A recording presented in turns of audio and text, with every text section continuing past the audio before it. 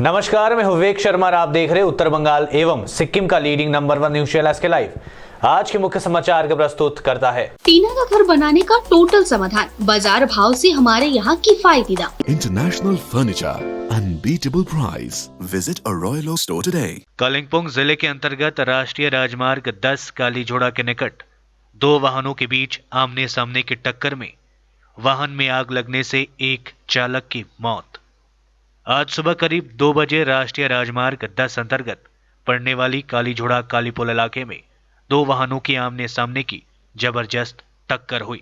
असम से सिक्किम के जोरथांग की तरफ जा रही एएलडी तेल की टैंकर और सिक्किम से सिलीगुड़ी की तरफ जा रही दवाई की कैंटर वाहन आपस में टकराने से उक्त घटना घटी।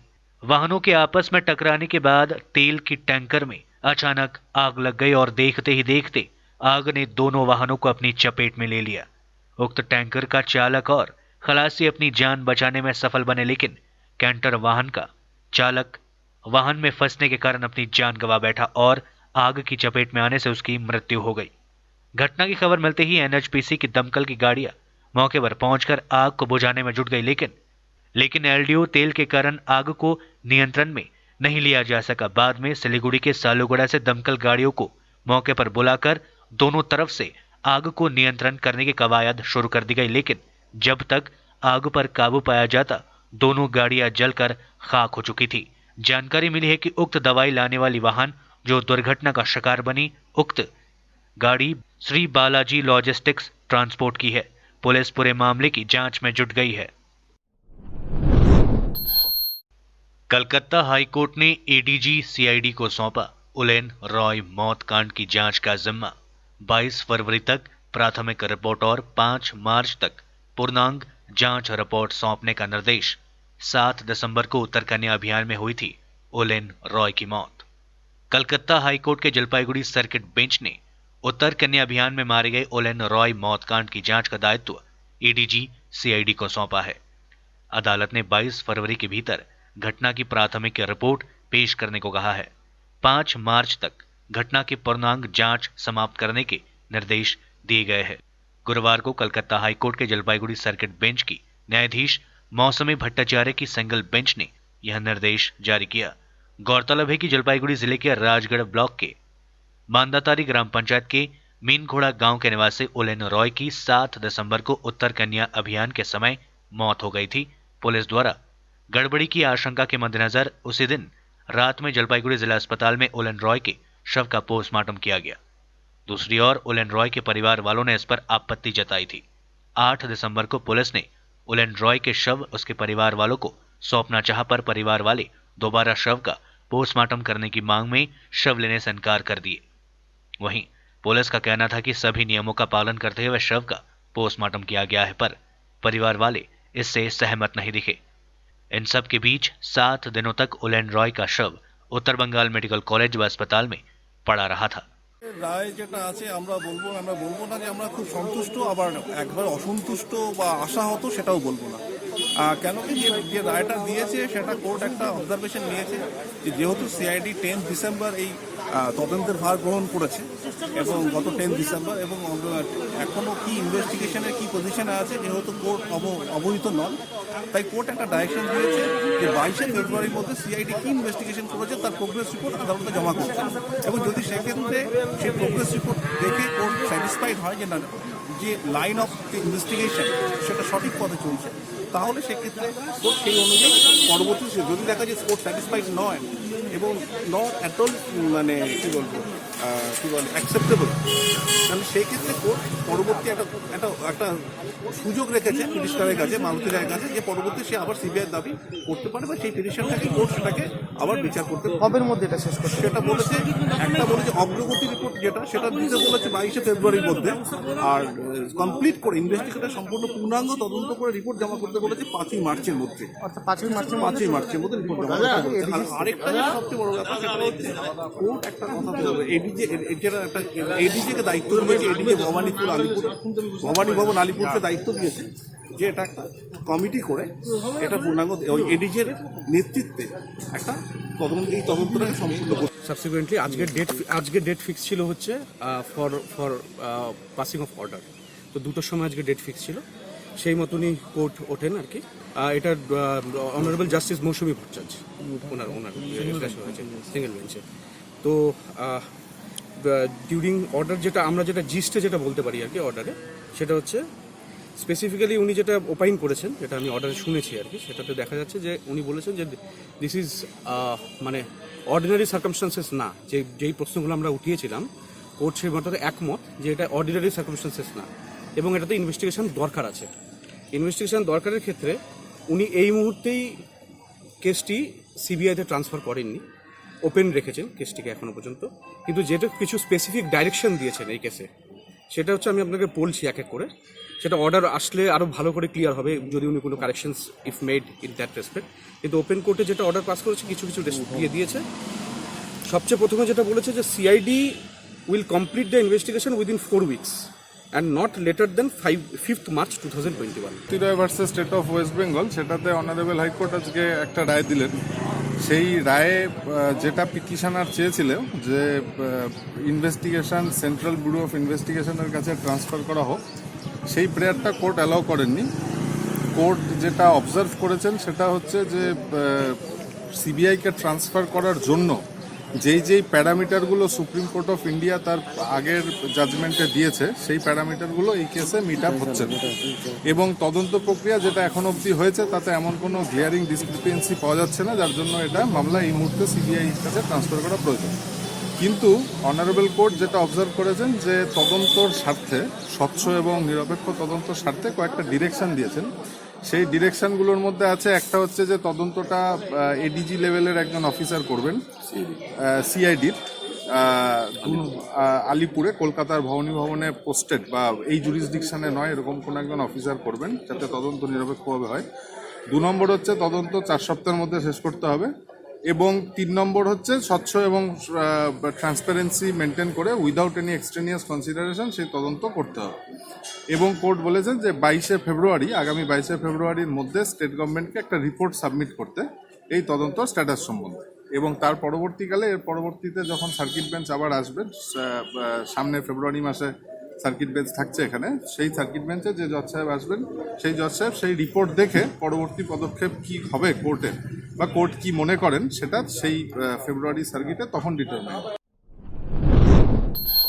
बागडोगरा थाना क्षेत्र अंतर्गत पड़ने वाली ऑड टी गार्डन के बालासन एक्सटेंशन सेक्शन में मृत तेंदुआ बरामद किया गया है। घटना की जानकारी वन विभाग को मिलते ही मौके पर पहुंचकर वन विभाग के द्वारा शव को उद्धार कर ले जाया गया। किस वजह से तेंदुए की मौत हुई है, इसकी जानकारी स्पष्ट रूप से नहीं हो पाई है। वन विभाग पूरे मामले की जांच में जुटी हुई है। विध्वंसक अग्निकांड से बाल बाल बचा उमाचरणपुर इलाका।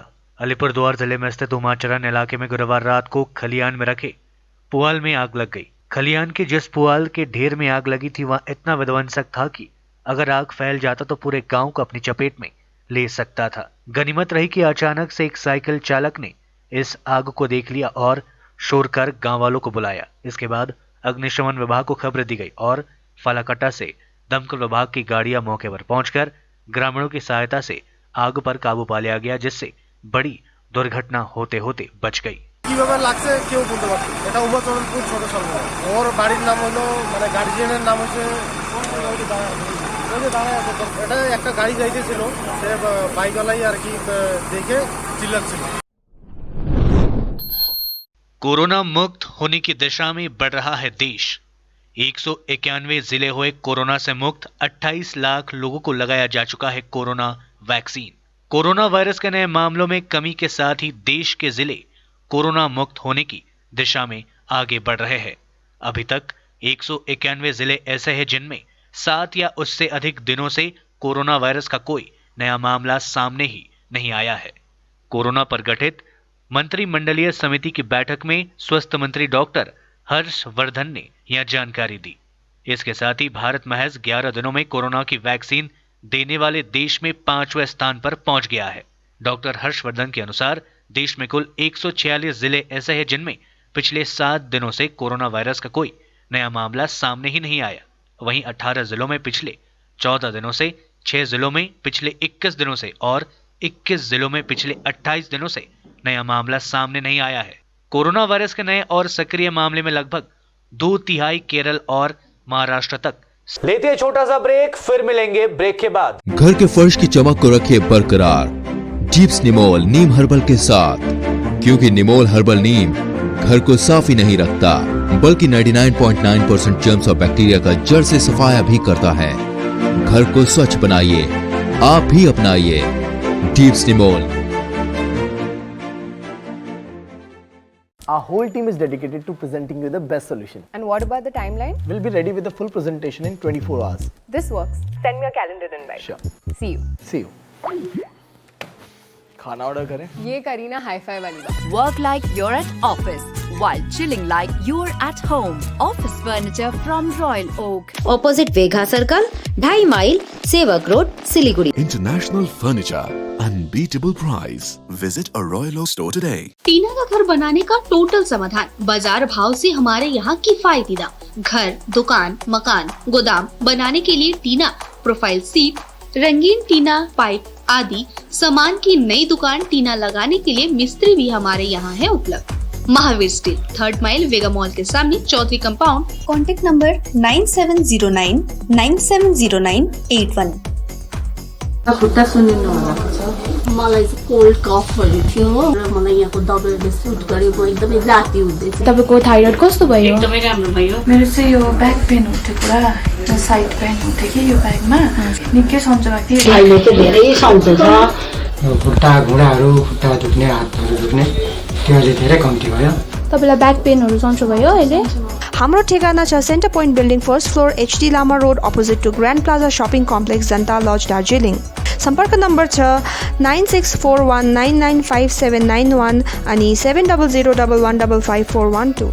समय के साथ ही जरूरी बदलाव, प्लास्टिक हटाओ, रस्ट प्रूफ और food grade stainless still water tank लगाओ और लाइफ टाइम गारंटी पाओ। इसके हैं फायदे अनेक। काफी दिनों के लिए प्रयोग नहीं होता तो भी फंगस नहीं, सफाई बिल्कुल आसान, मौसम जो भी हो पानी नॉर्मल ही रहेगा। प्लास्टिक हानिकारक, स्टील के फायदे हैं अनेक।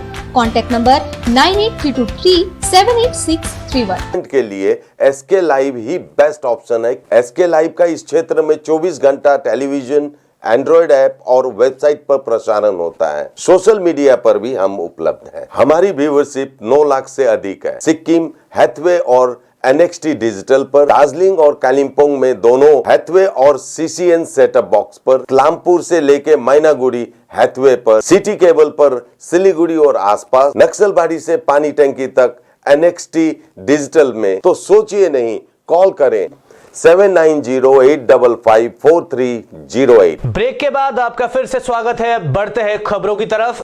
केंद्रीय मंत्री देबोश्री चौधरी ने किया दीवार लेखन, TMC पर साधा निशाना। केंद्रीय शिशु व नारी कल्याण राज्य मंत्री तथा रायगंज की सांसद देबोश्री चौधरी ने इस्लामपुर में भारतीय जनता पार्टी के समर्थन में दीवार लेखन किया। इसके साथ ही उन्होंने कहा कि राज्य में तृणमूल सरकार का समय बहुत कम बचा है। आगामी विधानसभा चुनाव में TMC की पराजय निश्चित है। केंद्रीय मंत्री ने कहा कि तापास और राजेश के परिवार वालों को अब तक न्याय नहीं मिली है। जब उनसे घटना की CBI जांच के बारे में पूछा गया तो उन्होंने कहा कि पश्चिम बंगाल के मुख्यमंत्री इसका समर्थन नहीं कर रही है।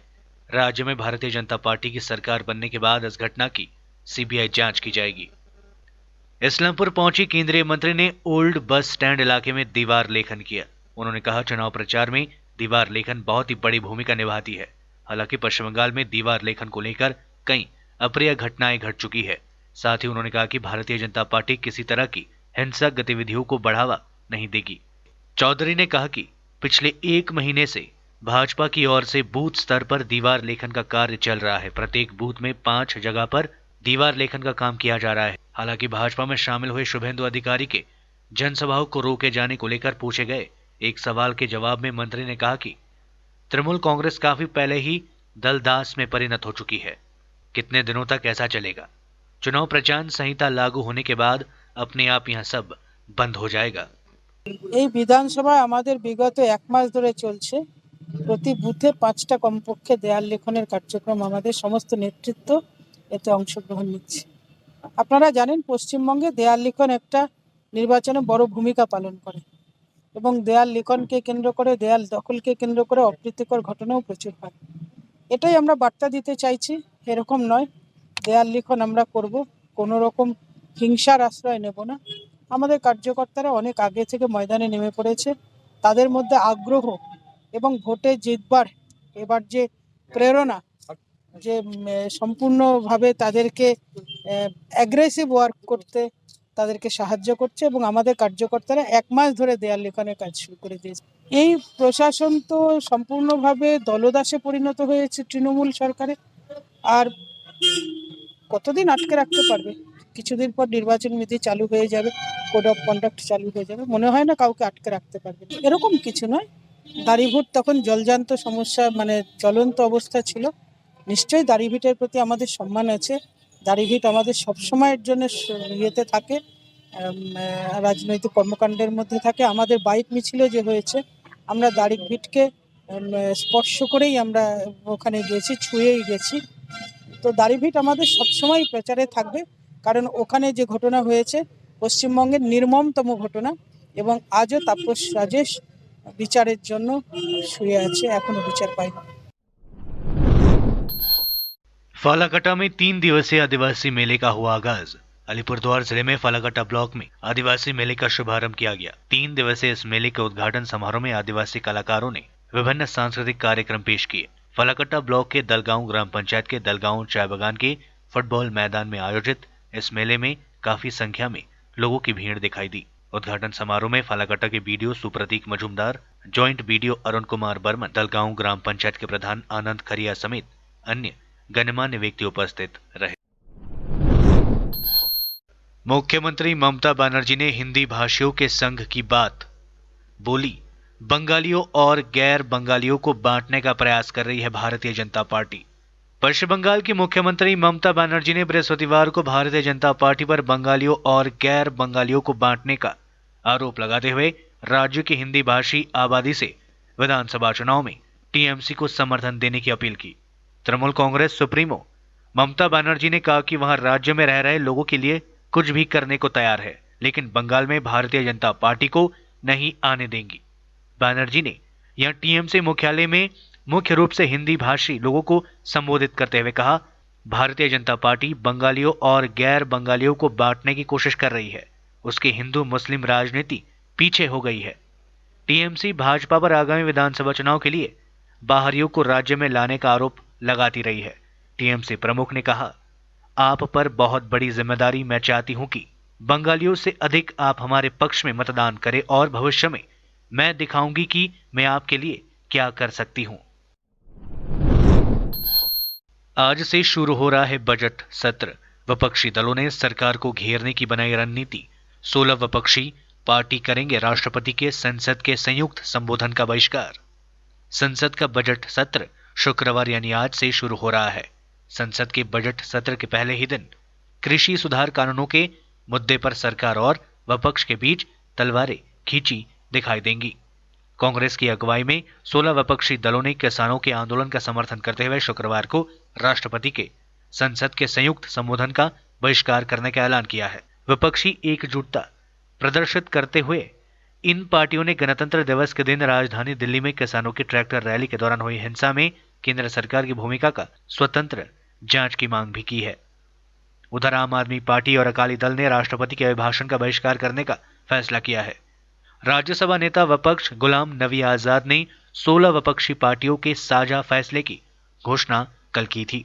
कांग्रेस के अलावा राष्ट्रपति के अभिभाषण का बहिष्कार करने वाली प्रमुख पार्टियों में टीएमसी, एनसीपी, शिवसेना, द्रमुक, समाजवादी पार्टी, माकपा, भाकपा और राजद शामिल है। आज के लिए बस इतना ही और खबरों के लिए देखते रहिए एसके लाइव। आपका समय आपकी खबर। धन्यवाद।